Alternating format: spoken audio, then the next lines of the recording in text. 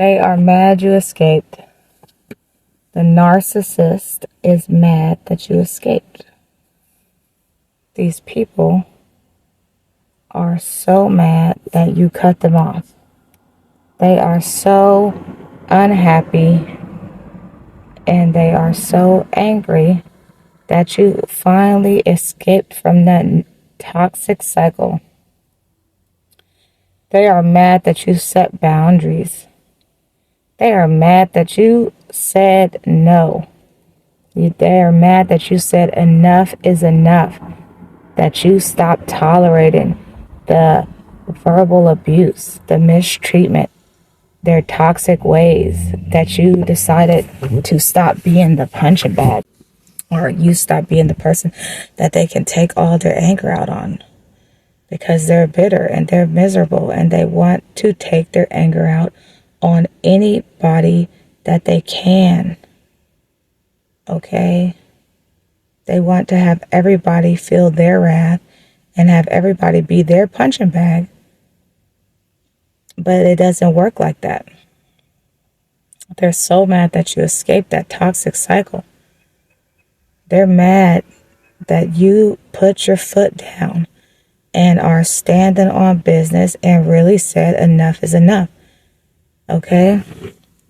They didn't think they would ever see this day come. They thought that you would always be in their life, and so they could continue to treat you any way they want to treat you.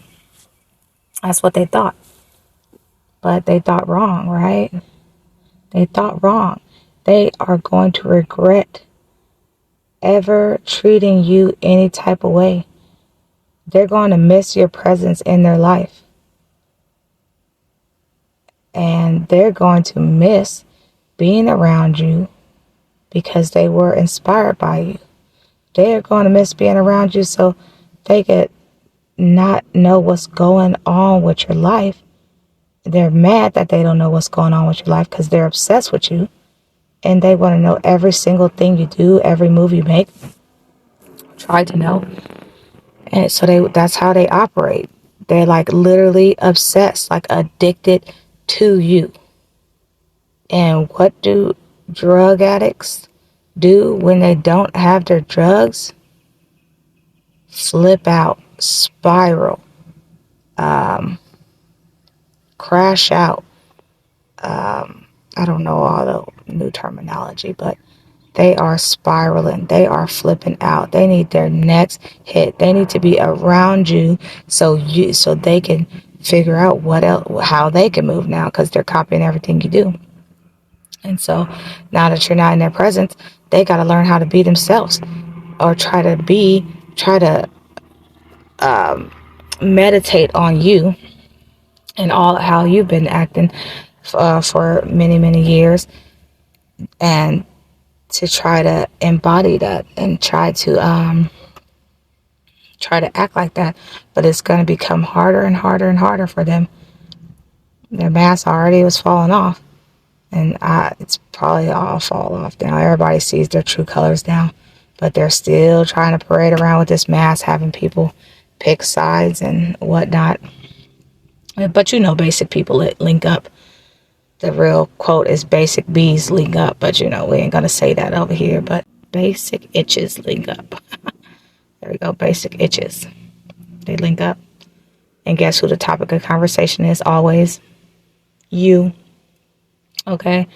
So, anyways, they are so mad that you escaped this toxic cycle, that you escaped the mistreatment. They're mad that you taking the lid off of everything and bringing everything to light. Okay? Because they thought that they could keep throwing their rocks and hiding their hands and treating you some type of way, as long as everybody else sees them a different type of way and sees them in a separate light.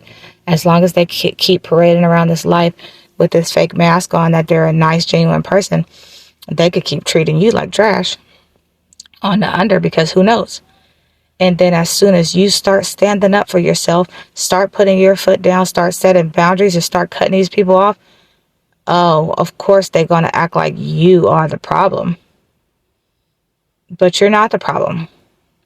You're the solution. As a matter of fact, let's put that out there, because that's facts. You're the solution because you decided enough was enough to put your foot down and to stop allowing the mistreatment, stop being around the negative behavior, stop being around the misery, stop being company to the misery, stop letting anybody treat you any type of way, stop being around these people who want to stop your progress, stop being around these people who want bad for you, stop being around these people who want to see you like go back to your old ways and try to get you out your character, and so they could just try to say, see, like, so you put your foot down, you stand on business, and you stop being around these people. So you are the solution.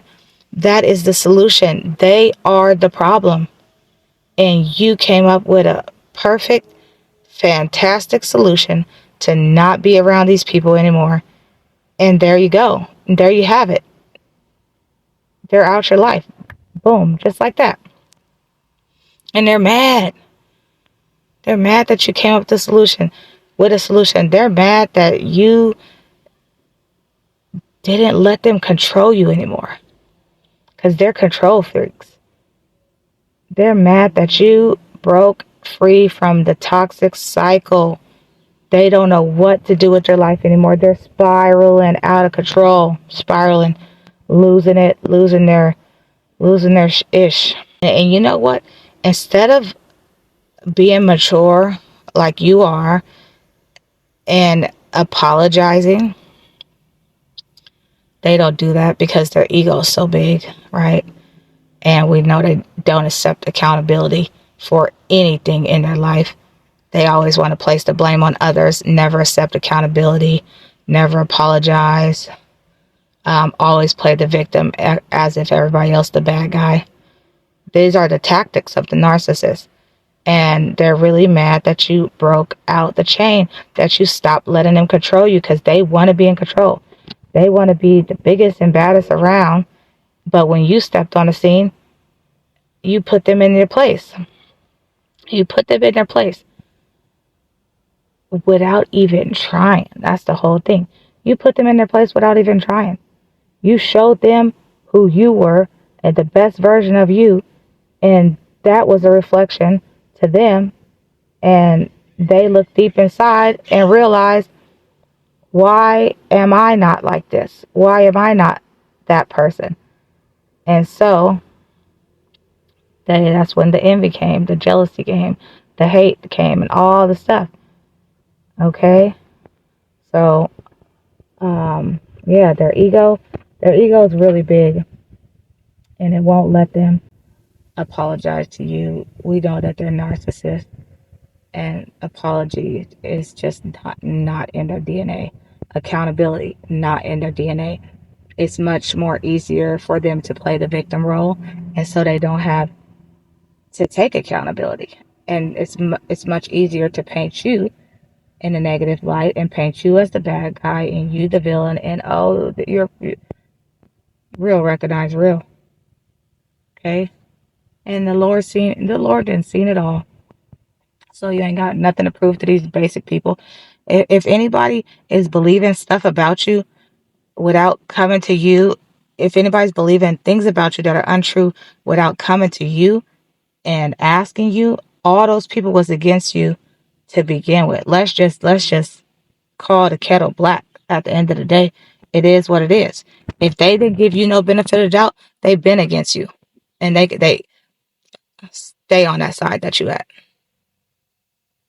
Just stay there,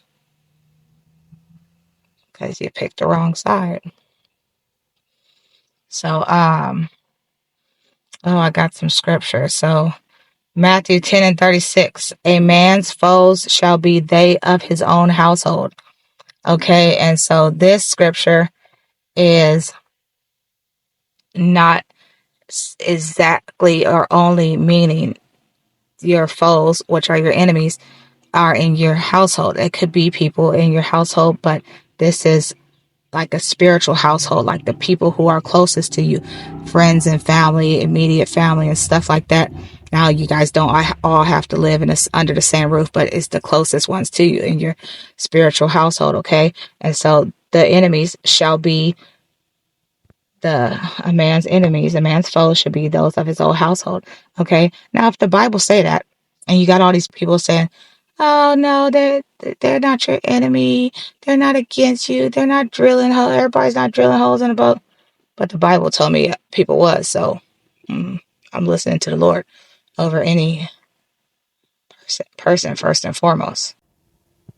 And because iniquity shall abound, the love of many shall wax cold. Matthew 24:12.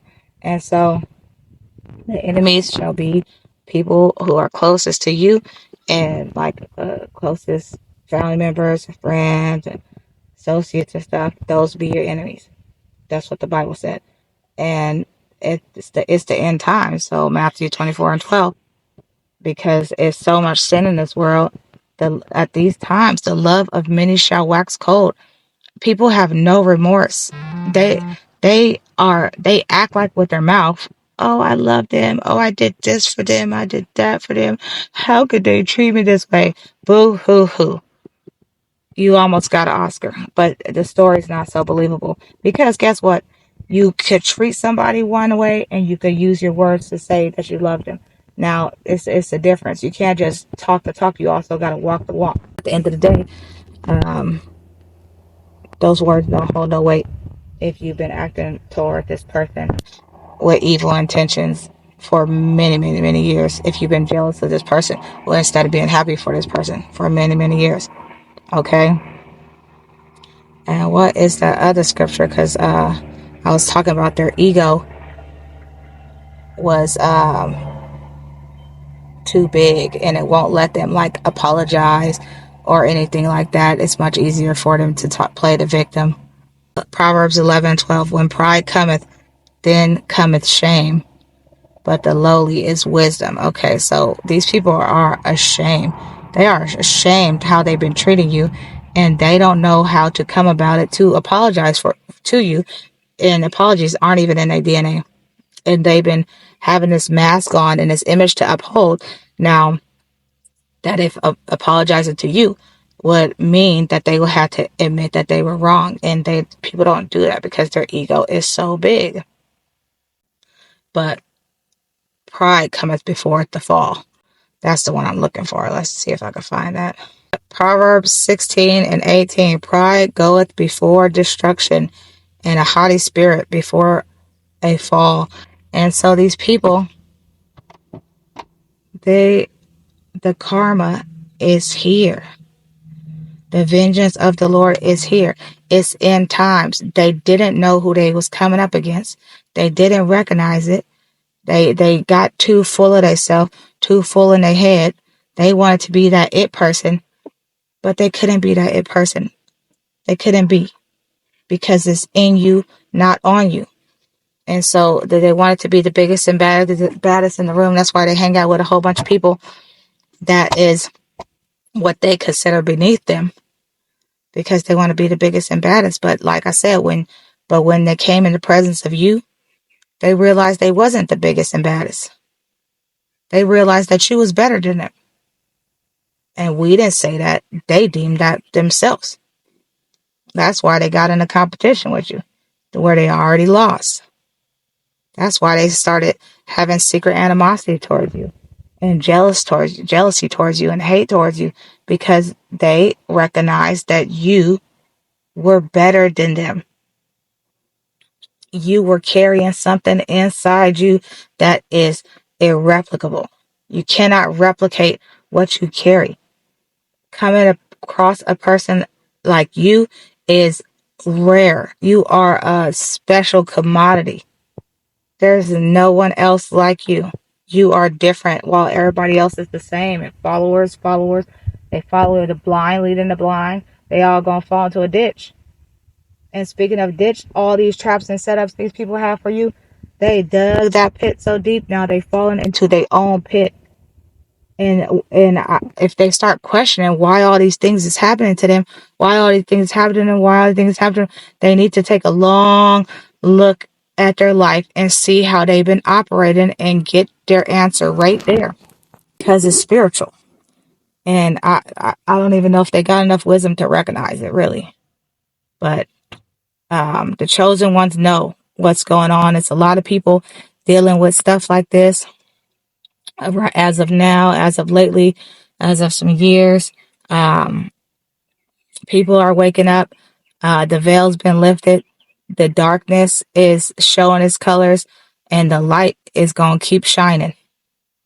Now, we know trials and tribulations people go through all the time. And when you're going through those trials and tribulations, you're just being molded in the fire. You're being molded to that precious person that you need to be for the Lord and for yourself, who the Most High wants you to be. Okay, everybody got to work out their own salvation, because there's a lot going on. So it's something big coming. It's something big coming. I know everybody feels it in the air. So hopefully everybody be on the right side when all the ish hit the fan. Because everybody's so scared of the book of Revelations and all that prophecy in there. Like, y'all need to look. People need to research stuff. Mark of the beast. The storehouses. You can't buy or sell. Nothing going to be in there. Do everybody think this is just written for nothing? Or just act like an ostrich with the head in the sand and act like, oh, we're not going to see any of this. Okay, and if I have my head in the sand, none of this stuff will take place. Wars, rumors of wars, all this stuff. People gotta wake up. Okay. But anyways, back to the topic of the video. These people are so mad that you escaped. They're so mad that you're standing on business. As a matter of fact, they don't think you're standing on business. They think that you are actually don't think you're standing on business. They think after a little bit of time has passed that they are just going to insert themselves back in your lives, insert themselves back into your life, and everything just be nice and shiny, good as new, sweep everything under the rug, nothing's talked about, nothing, there's no solutions, there's no apologies, there's no accountability. That's what they think. That's what they want to happen. It don't work like that. Forgive for your sake, but do not let these toxic people back in your life to finish the job that they have set out to do. They have ill intentions. They have hidden motives. They have secret animosity. They secretly competing. They doing all this stuff, throwing the rocks and hiding their hands. Do not let these wicked people, envious people back into your life to come finish the job just because they got a smile on their face. Are you boo-boo the fool to let these people right back just because you think they changed? Actions speak louder than words. A lot of people are the same people they've been, with a fake mask on, acting like they changed.